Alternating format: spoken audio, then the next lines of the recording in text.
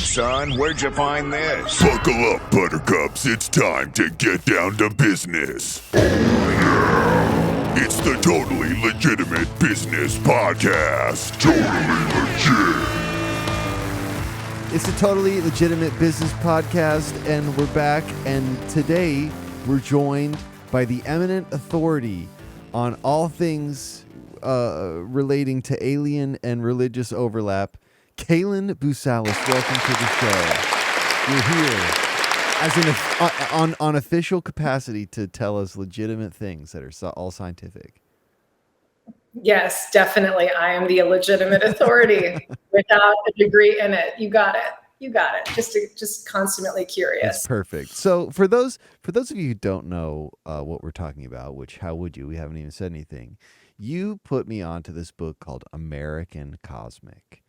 And this book touches on a bunch of interesting angles to the conversation that I haven't really spent a lot of time thinking about. But one thing I felt like reading the entire time in this book, I don't think it's coincidental that every religious tradition has these types of stories that involve some type of star being. I don't think that's a coincidence. All these different belief systems from all these different times, all these different locations on the planet, all of them having some level of space or star child lore that has always that's never been lost on me, and how deeply that connects to fucking Machu Picchu or all the sacred sites, I don't know, and they don't necessarily go, and I kind of appreciate that they don't.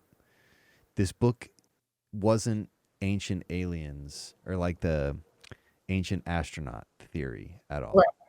But why don't you tell me how you discovered this book and like what about it sucked you in? And because I remember you were trying to talk about this in a really loud bar.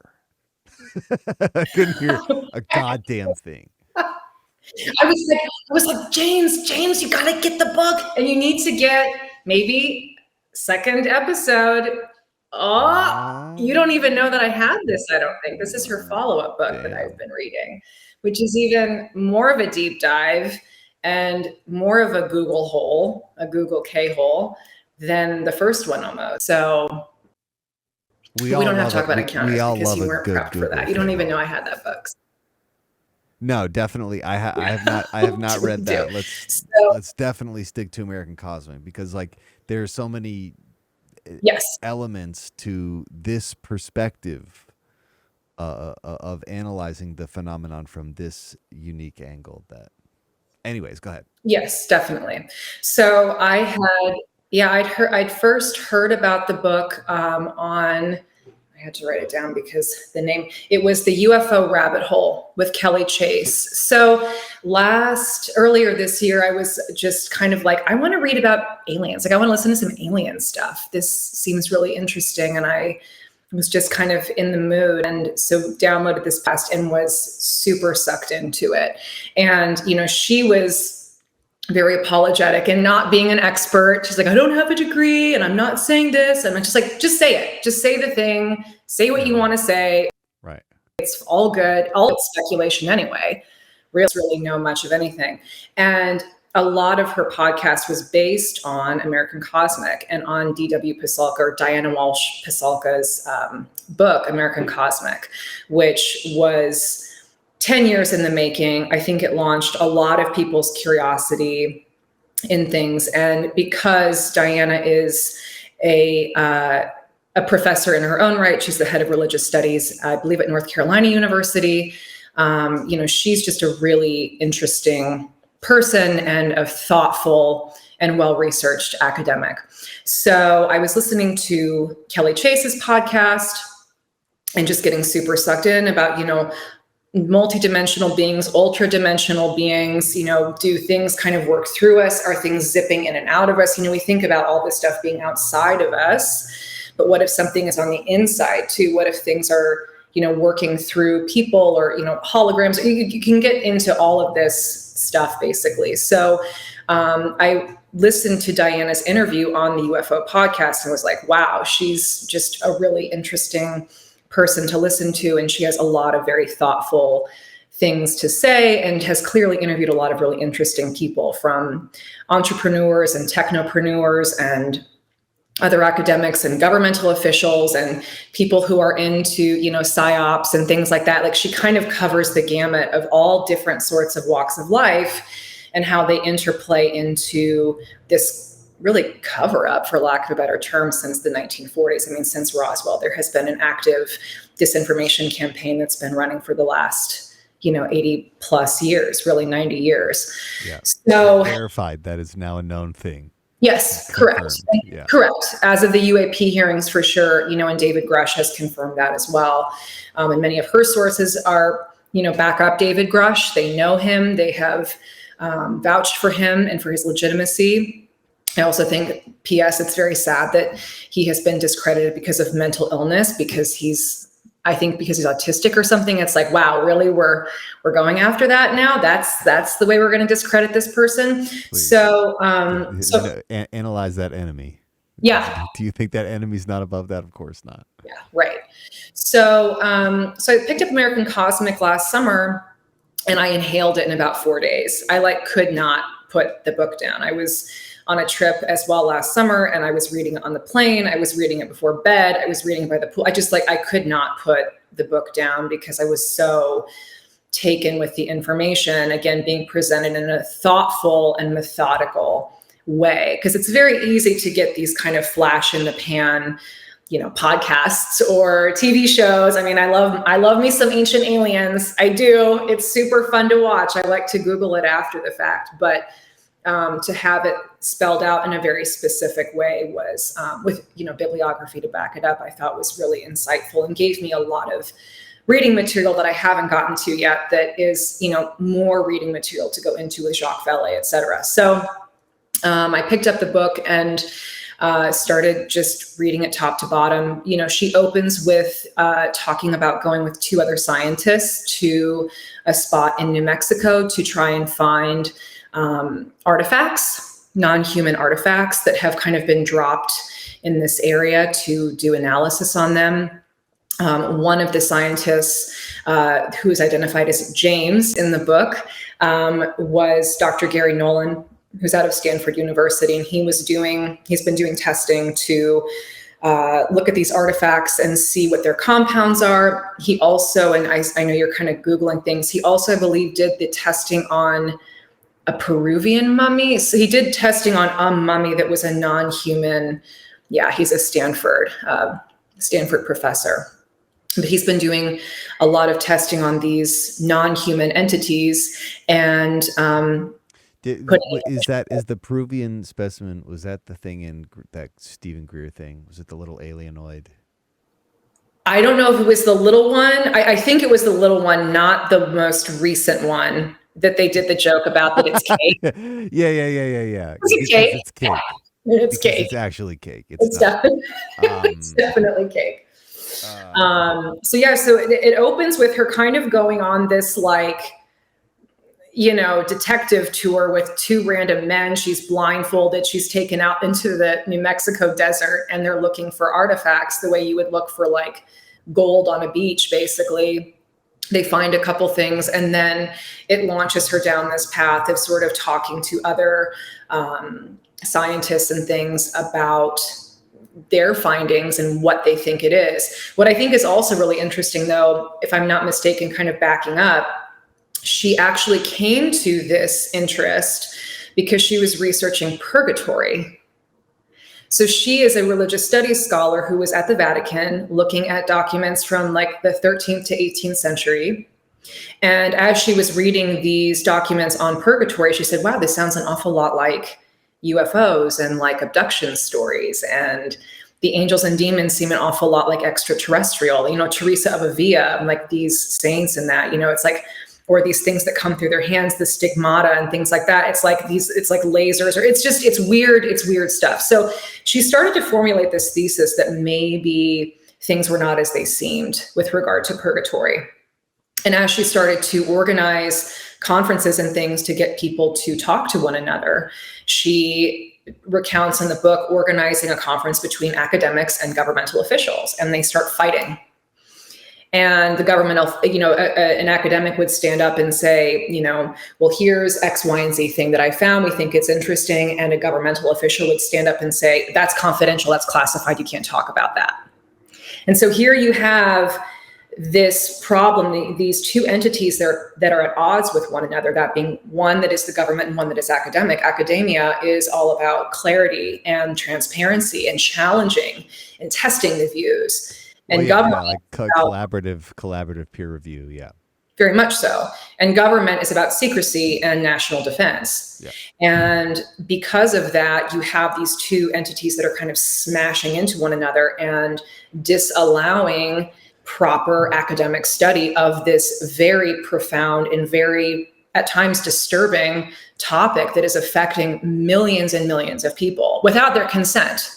And they're not allowed to know more or understand more about it. And they're reduced to being quacks, right, which is really offensive, quite frankly. So she starts doing these conferences. She starts to meet people. People connect her with other people, which is how she comes into contact with the aliases she gives them in the book are Tyler, standing for Tyler Durden of Fight Club, because the first rule of Fight Club is you don't talk about Fight Club, right? So that's where this all comes from.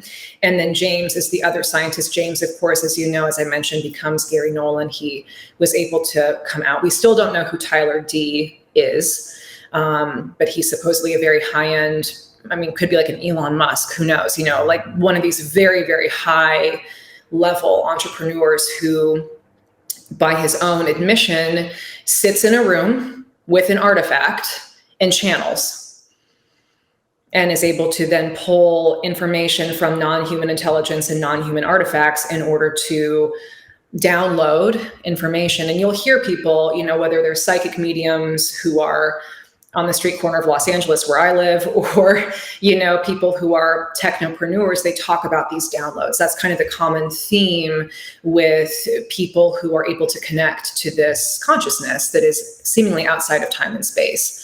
So she starts to get more involved with these individuals. People beget more people. She's meeting all of these folks who are introducing her to more ideas. And within that, starts to expound on their belief systems, their discoveries, and what and how humans interplay with non-human intelligence, and why it is and how it is that within these water sacks that we live in, we are able to, whether you're rich, you're poor, you're male, you're female, you're anything in between, you're able to access information because you are given the equipment, right, in the human body to receive that information, which I thought was a really profound and interesting way of approaching non-human intelligence and religion and God and all of these things that we think and talk about. I was watching David Grush just did a 2 or 3 hour podcast with Joe Rogan. Oh, I didn't see it yet. Okay. I listened to a little bit more detail. He still really can't go into all the details we want to hear. Right. He goes into a little bit more detail about certain things, and he gets kind of down this one rabbit hole, and I immediately thought about this book where he's talking about how one of the first known incidences occurs in the 30s in Europe. The Vatican knew about it, and I'm guessing at the end of the war, it was exchanged or at some point through. Ultimately, what would have happened back then in the 30s if an alien had crashed somewhere in Europe is that the Nazis would have for sure been involved in that. And right. When we won and took over those scientists and their research, we would have inherited those. Right. But David Grush just casually drops this as like a known thing. The Vatican knew about it. The Pope at the time spoke with FDR about some specific details relating to this shit. And I immediately thought about this book because I have a feeling that the Vatican is very aware of very much so of life in this universe, Right. And if I can give away the ending or a piece of the ending that actually stuck with me as being the most profound bit of information. Spoilers? Fucking who cares about spoilers? Who cares? No one's listening. It's fine. 2023, who cares? Yeah, let's go for it. So Tyler D, to me, he's such an enigma. He's probably one of the most interesting parts of the book to me. And he's, a very, very wealthy entrepreneur by all standards who lives according to these very specific protocols that are akin to what, monastic monks and nuns and, whatever else, these people who have to live with no distraction, praying a certain number of hours a day, drinking only water, like no alcohol, vegetarian, like all of these things. He lives according to these protocols and talks about the protocols that he lives by in order to download and receive information. And he just wants more information because he's interested in it. But he's like, I want answers. I want meaning behind this. And so Diana gets him to go with her to the Vatican in the last chapters of the book. And one of the cardinals or priests or somebody kind of is drawn to him and takes him under his wing and says, Tyler, why don't you come with me to give last rites to all of these people who are dying? And he's not a believer. He's an atheist. I believe by all accounts, he's an atheist or not practicing. At that point, Yeah. And he tells Diana, he starts breaking down and sobbing at the end. And he's like, these were the answers I was looking for. It's like, help your community. That is the whole point of the non-human intelligence, is love and community are the two biggest things that wants from us, basically. And he was wanting to, I think, well, again, I'm saying this not knowing who this person is or what businesses they own or what their intention is. So Tyler can speak on behalf of Tyler, right? But my impression, as an expert in the field, as a big expert opinion would be my expert opinion. It would seem to me that anyone who's an entrepreneur is doing things to beget more money, more business, more stuff, everything. Personal gain. Personal gain. Yeah. And to have such an about face with that and to discover a spirituality and to be led to that was such a profound thing. As I was reading this chapter, you got to appreciate. So I'm reading it. I'm finishing the book in the airplane as I'm going back to Nebraska, which is how we know each other, to visit family. And I'm like reading the book and she's like, and then Tyler starts crying and he's giving last rites and he has this big religious experience. And I look out the window and it's just like all clouds and like perfect sunset. And I was like, holy shit, I'm having a Tyler D moment completely. It was just really, it is a profound moment for me too, to kind of be wrapping the book up literally in the air and doing this, So yeah, it has these moments of profundity in it as well, that the book talks about how people will have experiences where they're like led to books, like books, the synchronicity of books that you pick up can be really important. And I had a lot of synchronicities while reading the book too, which was a lot of fun as I was going through it. Well, I'll agree in the sense that there's a lot of moments in this book where I don't even think she is intending to make a point. Right. A rather profound point gets discussed.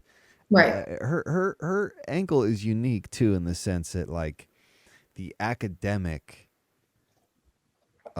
theologian, like religious scholar, you could have the most abstract philosophical conversation with the learned, the knower of the esoteric regions of the religion, the average believer of the religion. You couldn't have the same kind of conversations with. And right. How she is able to, rather reasonably, in my opinion, kind of like completely stymie whatever religious perspective she has, and like truly analyze this from, honestly, in a better way than most people who were like ufologists. Agreed. Agreed. She was able to look at it from like, there's a mental component. There's a mental. Okay, so this book was great. I read this book in 2 days. I zapped through this. I highlighted. It was great. It was a super fun read. I have my notes too, so we can compare notes. I'm ready. No, for sure. We can go quote for quote. That has led me to this other book, and we don't have to go super far down this tangent, but it's this book called The Limitless Mind by this guy named Russell Targ. And Russell Targ was one of the scientists who worked at the Stanford Research Institute, SRI. Yeah, SRI. Okay. And they were like developing the remote viewing program. Yeah. And like the Army was paying them money and they gleaned actionable intelligence from people like tapping into that ethereal connective layer and downloading information from elsewhere. Yeah, Stanford, by the way, is such a hotbed for all of this stuff. Oh yeah, no, including but not limited to particle, just everything, all things. MK Ultra, yeah. Stanford is deeply involved. In every layer of that. But anyways, the only reason I'm bringing that up is because I have always felt that. I've definitely felt that in my life, like how I found my way into certain rooms, speaking with certain people, doing certain things, riding the wave of the synchronistic events, like not really questioning it and just kind of rolling with it, has always led me to interesting scenarios in my life. And books absolutely play a fucking, like, that's when somebody tells me a book, or like they give me a book, like I read it, because what are the fucking chances of all the books in the world, of which there are many, of which there are plenty, and I've read a fair amount, but anytime a book is handed to me or I'm told maybe I should read a book, I read that book. I don't know. There's a mental component to this existence that I feel is 100% being taken for granted in this time period, and probably will for a while. But I 100%, I don't know. And it's not to say that this book like really sold me on religion, but right. And I don't think it's supposed to. It is. It definitely isn't, which is another thing I appreciate of her perspective, is that it wasn't. It didn't get preachy at all. And it's what allowed me to really approach it from like the philosophical perspective that she is. But even just like thinking about it, like the higher form of all of the religious practices, even going back to like the very simple monastic cultures that are about the simplicity above all, like the less is more, quieter mind, less belongings. Yes. I don't know. There's like this philosophical component. The higher order shit of all the religions, there's a philosophical component that the masses don't ever entertain.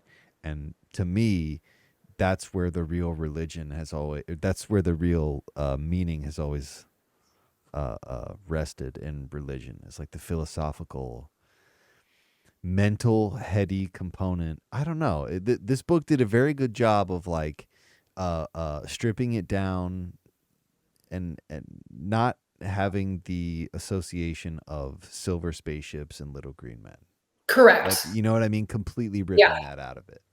And that's part of it. She acknowledges as well. She says, look, there are Hollywood-esque components. It's not to say that there aren't entities or that there aren't spaceships or that there aren't orbs. The question is, what are they? Where are they? What's the context?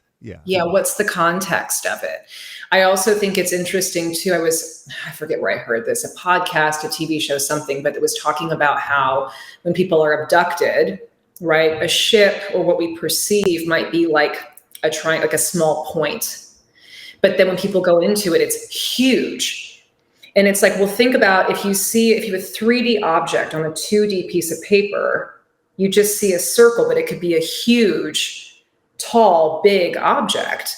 So if you have a 4D thing in a 3D space, you're just seeing the shadow of it. Right. You're seeing a piece of it.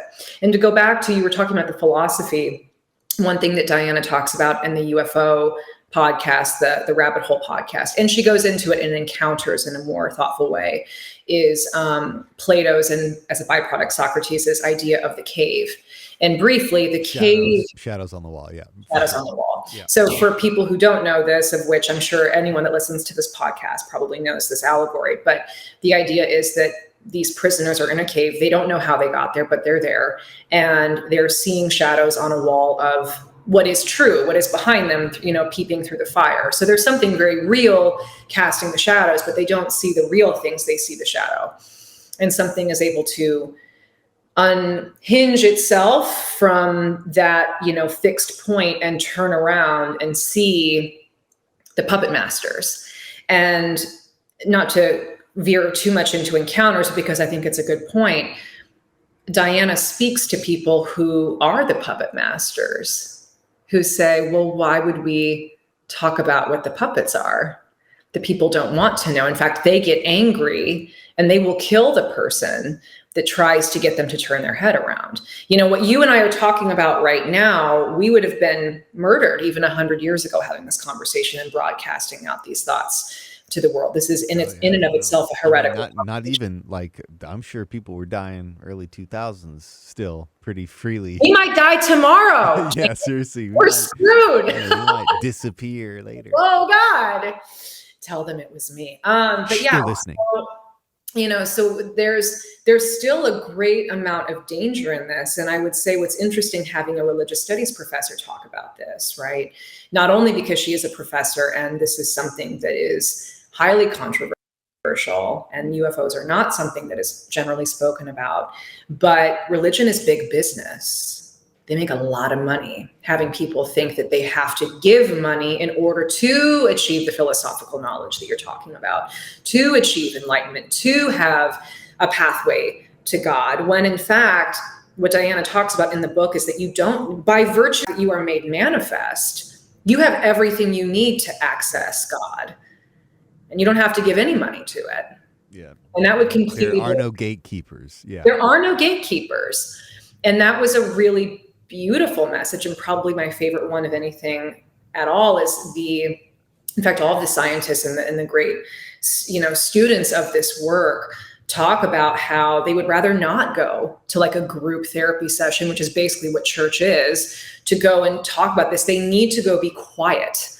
They need to go be contemplative and meditative and simple. Even I guess like what's so strange to me is even as a kid, I remember distinctly being able to see the connection between the lore of religion and like the basic generic explanation of aliens or like alien life. Like I was 12 years old and able to be like, oh, a god. Well, I mean, an alien would be a god. It can, compared to us, it might as well be a god. And, right. We know that that's not the top of the food chain. I have always, it's always just kind of pissed me off that they'll believe there's a man in the sky, but if that man is not necessarily a man, and if he's not on a horse and it's like a metal craft, that's stretching it too far. But the man on a horse, totally believable. I'm right. Okay with that. It's just, I don't know, the overlap to me has always been so great. And it's just like, why is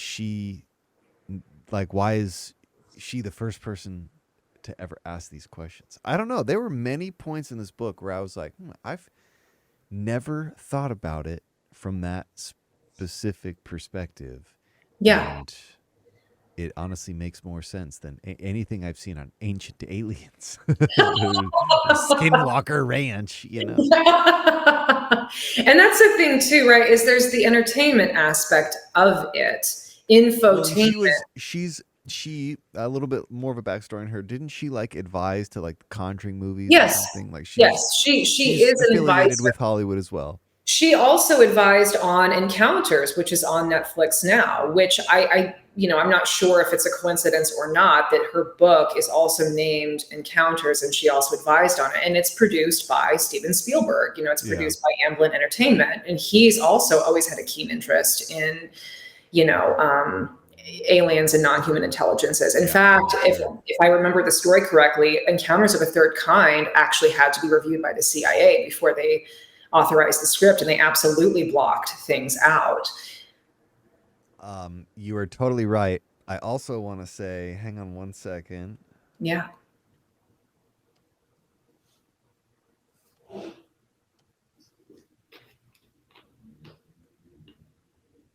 Yeah. Yep. And the scientist in the movie was modeled after Dr. J. Allen Hynek. Jacques Vallée. Yeah, and Jacques Vallée has a great book called The Invisible College, which talks a lot about, the great minds who were kind of quieted, and that he's kind of the next one on my list to read as well.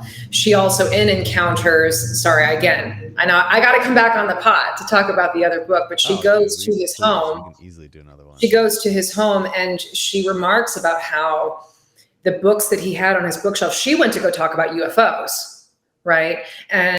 And he gives her books on Satan and angels and demons.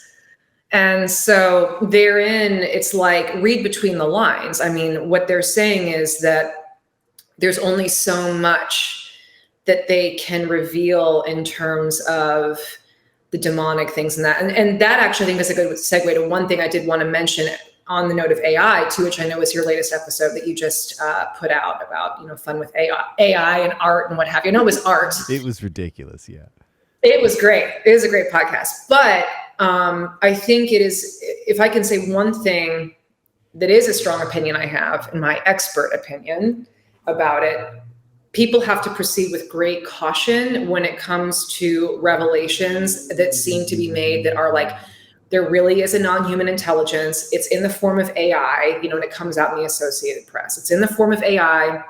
This is what we've discovered, and we know that this thing is real or whatever. And that people get really worked up about this, that.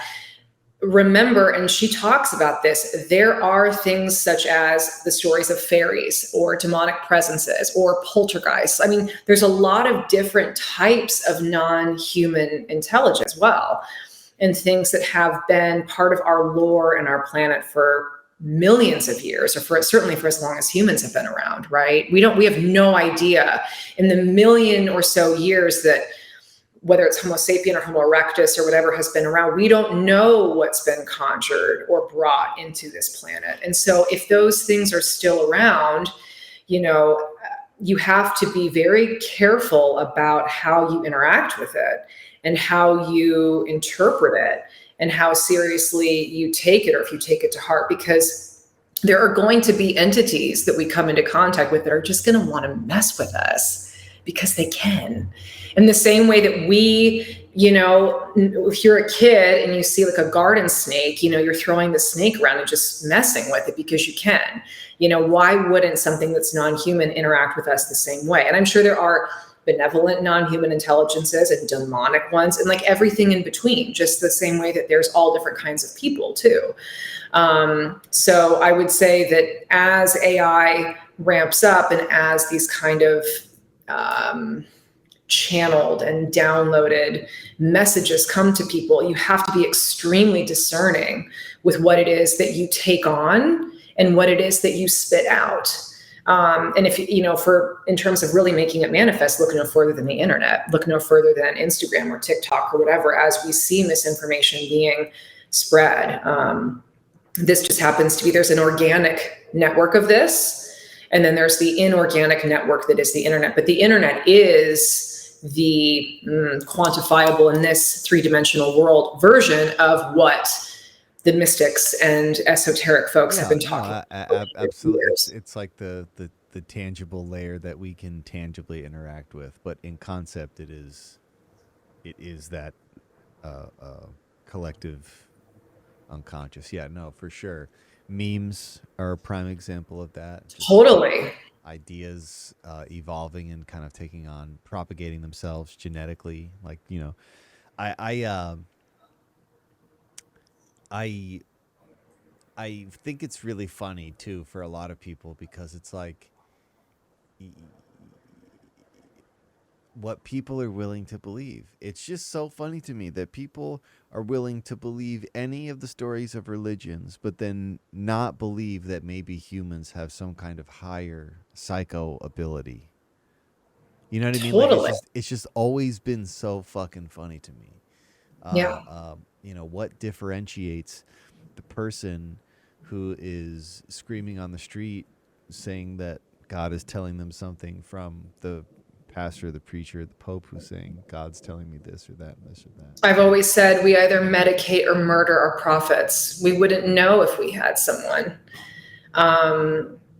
Yeah, I also too, if I can introduce one thing that I thought was probably one of my favorite facts of the book. I loved that she talked about how this phenomenon is potentially genetic, and one that is passed down from generation to generation. Because even within my own family, I know that there is, I've heard tell of, many stories where it seems to be something that's kind of passed through the generations a little bit. And that would make sense. I mean, when you think about how we experiment with animals, and that, again, I just look to us as a paradigm. If we're made in some sort of image, if we would do the same thing that they would sort of do, like we do plenty of things that we're testing. Yeah. But what Gary Nolan is doing, there was a part of the book that was really cool. And this was on page 64 and 65 in the book, and talking about that the intelligence or the interaction of what is received from higher intelligence actually interacts with human physiology.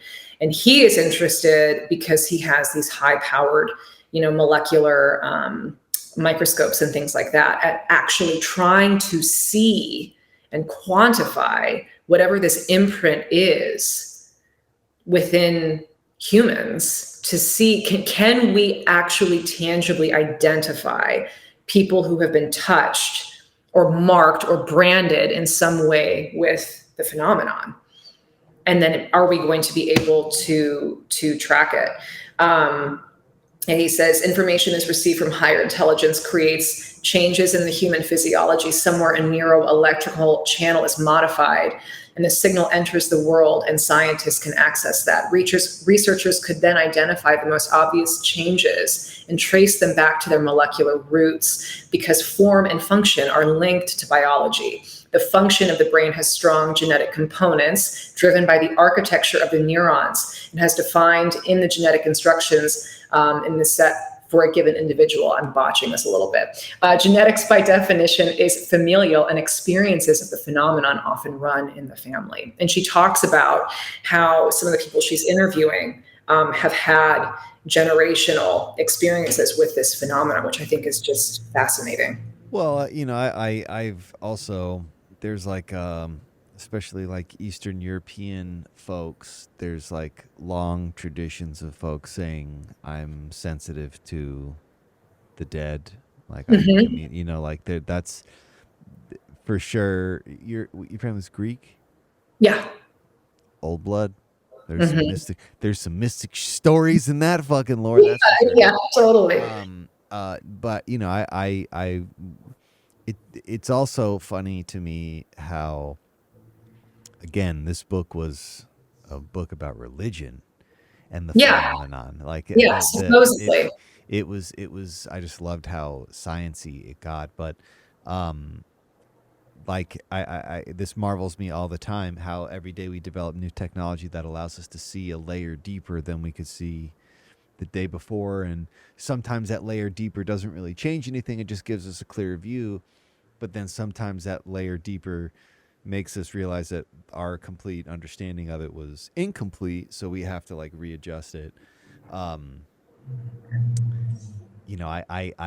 will we be alive at the point where they can, quantify this shit with a microscope, or like with a electronic signal reader of some kind, Well, the singularity is supposed to happen in 2045, according to Ray Kurzweil. So we'll see. We'll see. We'll see. Only 22 more years, James. Maybe we'll make it. We'll still be working. Maybe, We'll still be here. Well, yeah, we might. Yeah. We might still be working. Sure, we might still be doing that. I understand that for a lot of people. I understand why this shit is kept quiet, and I understand there's. Why? Why do you think? See, it bugs the shit out of me that it's kept quiet. It's because the people who have the access to this knowledge and this technology and the benefits of those things, of which I'm sure there are many, they don't want to share it. That's a component. They also are of, and this is historically demonstrated, the ruling class does not think the lower classes are capable of doing anything. The ruling class really thinks that they need to exist to rule over us. And this has been said by so many people, I can't even begin to quote it. Like, we can't let the plebes run this shit. We have to remain in control. And they are honestly convinced that whatever, to some extent they're right. Some people would lose their fucking shit. Oh, sure. Like, you and I have been thinking about the possibility of life outside this planet for so long that if that were broken to us tomorrow, it wouldn't derail us completely. Like, we've already mentally had some time to prepare for that. But a lot of people haven't. And I get that the powers that be, the people that have compartmentalized this information and controlled the flow of information and derivative sciences that have been discovered, I understand that they don't want to share it because to them, disrupting. But for me, where it becomes sinister is like, all right, well, what does this technology do? We have technology that will allow us to travel interstellarly. That means energy crises. That's not a thing anymore. We've solved that for planetary energy needs. We've just solved that. So why don't we have that? And then we get into like we can't have that because then the ruling class wouldn't have a purpose. If none of us had a job to do, we were all left to that's an unacceptable world. Like, we need to have jobs to keep us busy and as opposed to just sitting and thinking and channeling more stuff. No, definitely not. Unacceptable. That's unacceptable. People can't have enough food. People can't have leisurely time. They need to be doing something. It disrupts the order. Like, and even like you think about our society, like everything about our society is based off of the idea of consumption, especially in America. Like every culture everywhere is known for something. In America, we're known as the consumers. That's what we do. We're the capitalist country. We're the ones who are selling capitalism to the rest of the world. Our purpose is to consume. And if we're having existential crises, we can't consume. We're not going to consume. But I disagree.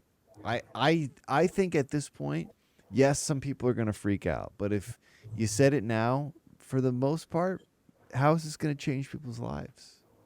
Well, I wanted to go back. You were talking about, like the very wealthy, right? And having that ruling class. There is a friend of mine whose husband works with, it's something like, high-end business planning for very wealthy. He's a Harvard grad, doopity-doo. And he was talking derp, yeah. Derpity-derp and a doopity-doo. He was great podcast. He was talking about one of the things he was helping plan for was catastrophes and the underground bunker or whatever for the wealthy. And the first question they ask him is, well, how can we make sure that the plebes don't rise up and kill us?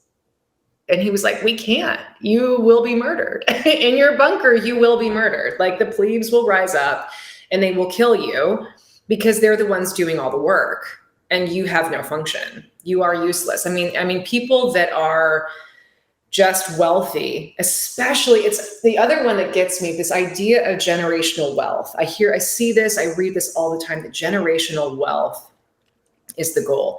I think generational wealth is the stupidest thing I've ever heard, and here's why. It will burn out because it breeds helpless humans, and people who are helpless get mold over. I mean, they will just move past you.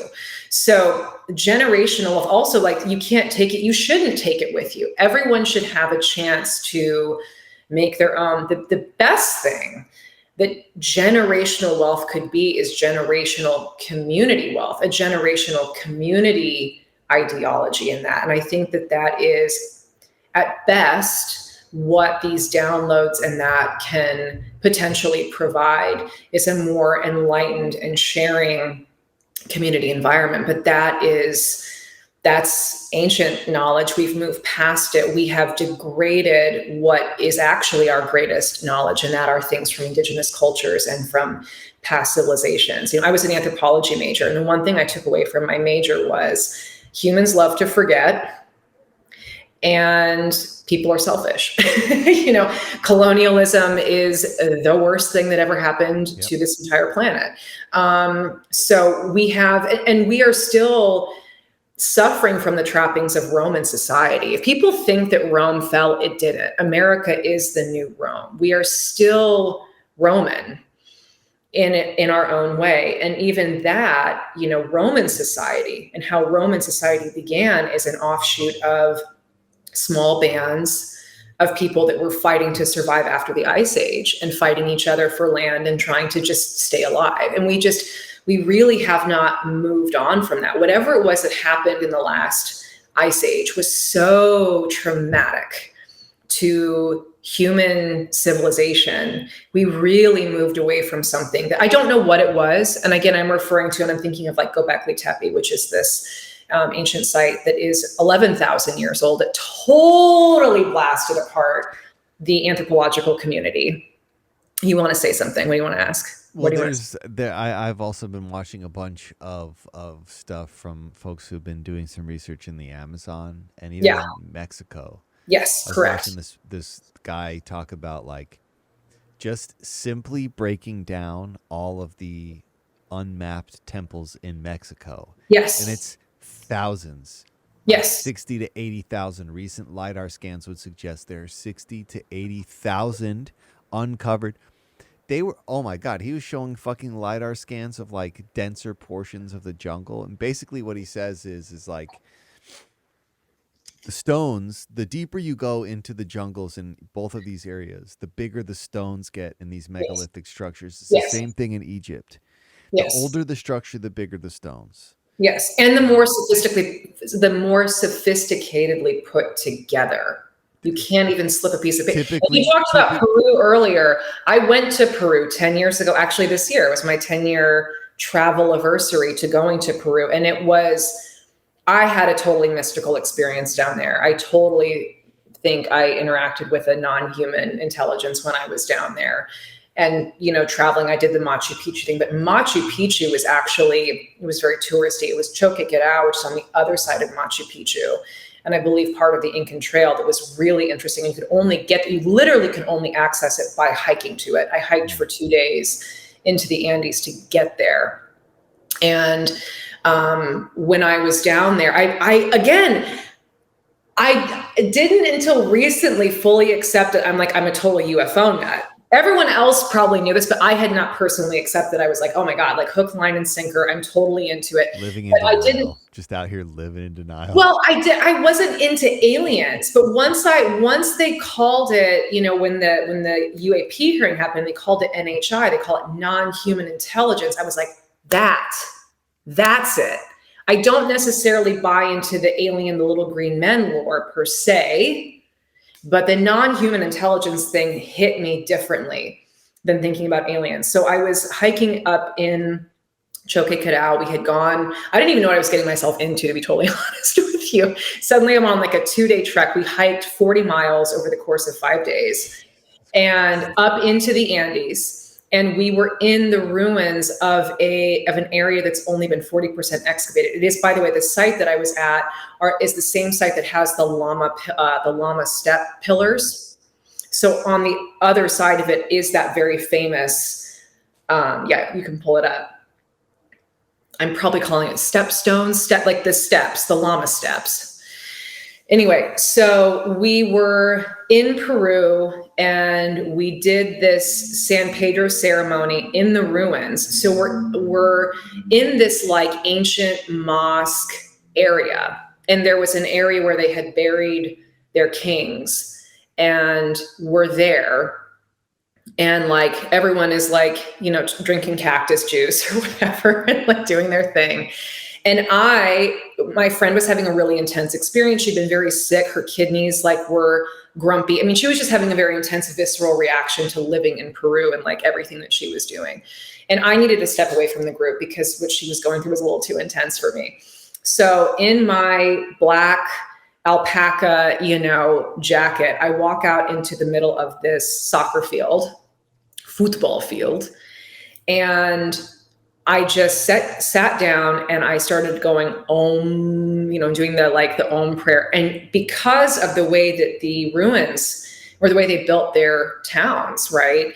Everything was so that there was an echo and a call and response down the canyon. That's how Machu Picchu, or some of these sites, were able to hide from the conquistadors, because they were able to shout down, or you could hear down the valley what was going on. And it was a warning call to everyone, which is why certain sites were able to protect themselves. So I am out on the football field and I'm doing my Om. And from what they told me, now for all intents and purposes, I think I'm there the whole time. But what I was told later by my group was that they were looking for me everywhere and could not find me. And as I was out there in my conscious mind, as I'm doing the Om, which they said they couldn't find, but they could hear me. Trippy. They could hear me. And they said they went on the field and they were looking everywhere for me, and I was not there. Now, I do not recall ever leaving. I only remember being there the whole time. And as I'm sitting there, I was thinking to myself, there were two thoughts. I was like, wouldn't it be weird if there were aliens here? That was my thought. I was like, wouldn't it be crazy if there were aliens? And then my second thought was, because I had some cactus juice, I'm looking up at the sky and I'm like, oh my God, the stars are distant. I started to see the stars as distant points of light, as opposed to just a flat surface with light brights in it or whatever. You know what I'm saying? So that was a really interesting experience. But yes, afterward, they told me that they were like, Kaylin, you totally disappeared. We couldn't find you anywhere for a while.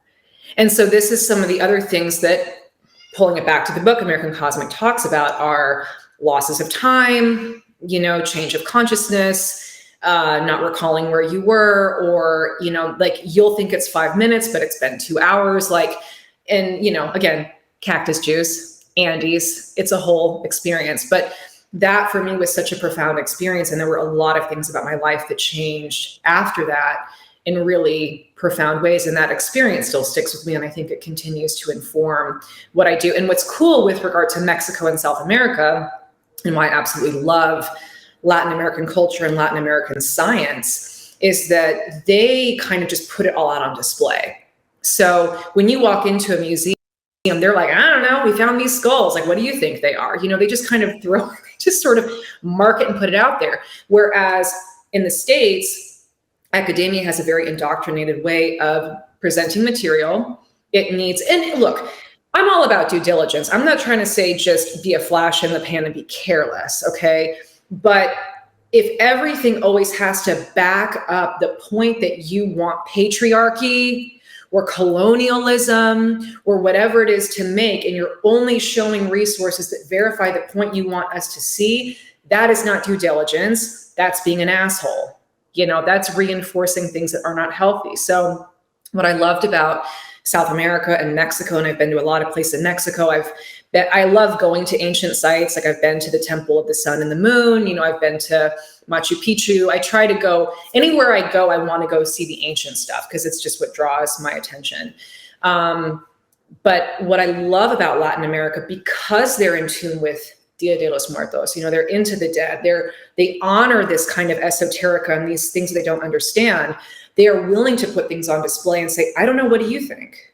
These are elongated skulls. What do you think? Well, and both of those areas of the globe have always been more receptive to the whole alien conversation. Correct. They've been openly discussing it on government television since the 80s. Like, we can go find clips on YouTube right now.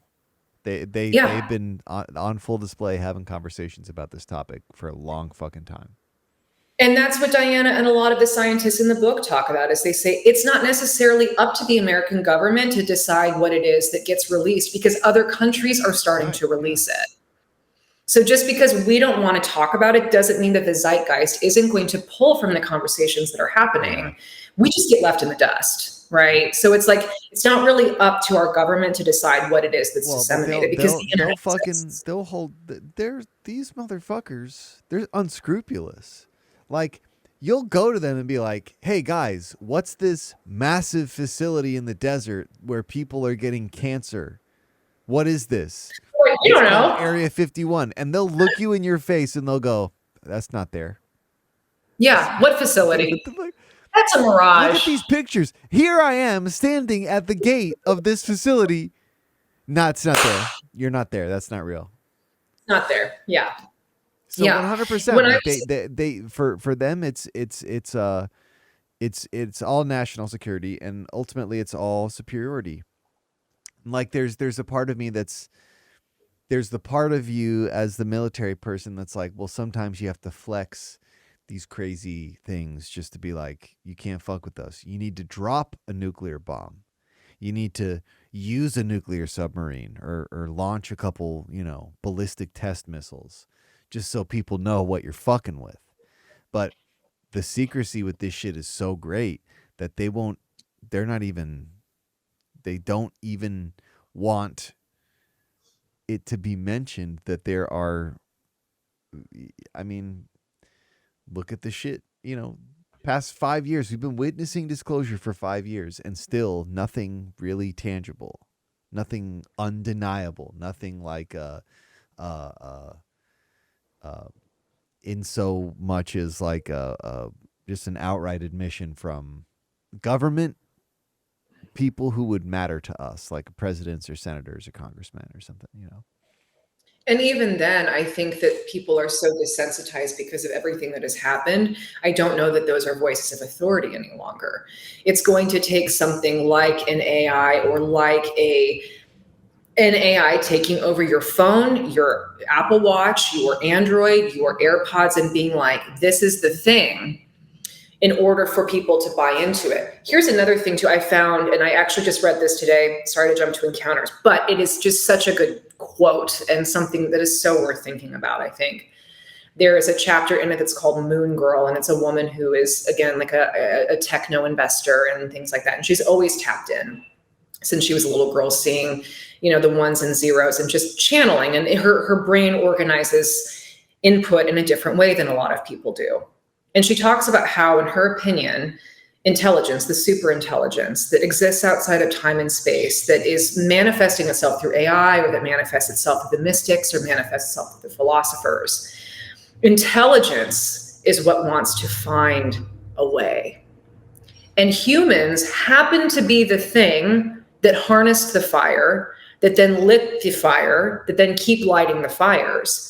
But if humans do not progress with the intelligence will move on to something else. Yeah, oh yeah. About us. And so the hubris and the arrogance that even me, we all suffer from, but I'm special. And now more than ever with social media, everyone's really, really special. We're really not. We're just all fucking sick is what we are. Well, we are sick because we're addicted. And it's too bad because what could be cool is, so we're addicted to these, right? Like, we're really addicted to our phones, but this is a conduit to intelligence. And why is this inorganic intelligence? Why do we get to say what intelligence is allowed to flow through? Well, right? and I guess that there's my point is Like, I go out of my way every day to make sure that most of what I'm doing on my phone is like if I'm playing a game, it's a learning game. I do Duolingo. I have apps that are like, you know, You're a good intelligent, well, James. I'm not, and I'm not. Like, that's the thing, is I'm not saying I'm intelligent. Well, all I'm saying is that it amazes me even today how we'll get in arguments, and I'll be the only person who will Google search. Like, everyone could pull out their fucking phones and do that Google search, but nobody does it. Everyone just is like, I have access to the information, but I don't need to access the information. And we are, I don't know. I guess, to put a button on the point too, is that we are addicted to downloading. We just aren't downloading the right stuff. Yeah, no, we're As downloading opposed to cat people memes. sitting and being meditative and contemplative and downloading from that perspective. They're doing quick draws on their phone. But the sad thing is that by doing that, we are the product. We are the product. And the powers that be, as you've discussed, actually are making more money, making people sick and depressed than they are by actually helping them. And the sooner that people can accept that, and look, if you want to like be on your phone all the time and posting every time you draw a breath, go with God. I'm not here to tell you not to, but at least understand what you're doing. It's the same way that if you consume fast fashion, at least understand the implications of what that is, as opposed to just doing it and being like, well, no, it's fine, like whatever. It's like, no, life is intentional, and intelligence wants to connect with you. Higher power things want to connect with you, but are you in a place to receive it? Are you doing the protocols and the things to receive it? And that's what makes me sad and frustrated. I know it makes you sad and frustrated too, is that humans are capable of being and doing so much more. We really are such an incredible sensor for what wants to connect and give to us. And yet we keep shutting the door. We keep only wanting the shadows on the wall. And I'm really hopeful and excited that people, maybe by reading this book, people will want to turn away and look at the puppets and the sun that is actually shining behind them and putting all of those shadows on the cave wall. You know, I'm not too hopeful for that. Okay. I want to be hopeful. I'm just, we're at the point now where we're only in for harsh realities. There's gonna have to be some band-aids that get ripped off, and everyone's fucking emotional attachment or everyone's emotional reaction to the things that occur when we rip those band-aids off, that's all on everyone. Everyone is responsible for their own reaction to that, right? Sure. Nobody else is gonna hold me responsible for anyone's reaction there. But we're at that point, and it's gonna happen one way or another. Like there's the cracks are beginning to appear in the facade, and the reality will be revealed to us one way or another. It's gonna be Band-Aid rip-off kind of shit. But I don't, at this point, like, we need it. Like you're saying, if humans as a whole don't want to get left in the dust by artificial intelligence, It's going to move on to the octopuses. we need, seriously, dolphins. Dolphins are gonna have more in common with artificial intelligence than we will. And if we don't wise up to that, we're gonna get eaten alive, and deservedly so. We develop the next layer of existence. We can't even quantify life in this universe, and we're gonna have enough hubris to say we say what life is. We determine what intelligence is. We determine that. Right. It's fucking comical. This is a good point to end here, though. This is amazing. Thank you for coming on. Next time, let's absolutely do encounters. Yeah. Because I'm intrigued by this. I'll have to read that book, and then we can get into we didn't even get into the sleep paralysis shit, but we can get into that a little bit. We can talk about sleep paralysis next time. And honestly, a lot of stuff that we talked about in Encounters is touched on in American Cosmic, right? She just dives deeper into it in Encounters. And so there were thoughts that were touched on in American Cosmic. That she really expounds on. And that's kind of why, because it's fresh in my brain and I'm reading, I was like, no, these are really good points. In case I don't get asked back, these are really good points I wanted to bring up and talk about. Well, definitely. We'll have you back on again and we'll just unpack it here. Awesome. But all right, thank you very much for being on the show. We'll see everybody next time. Take it easy.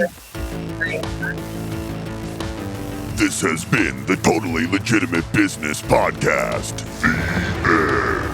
With your host, James Oliva. Executive producers, Clint G and James Oliva. That's obnoxious. Sound design, mix, and master by James Oliva. Literally no one cares. For more Totally Legitimate Business, subscribe to our YouTube channel at Totally Legitimate Business or add us on TikTok at TLB Pod. When will this end? Thank you for listening. Now get back to work. Move it along, buddy.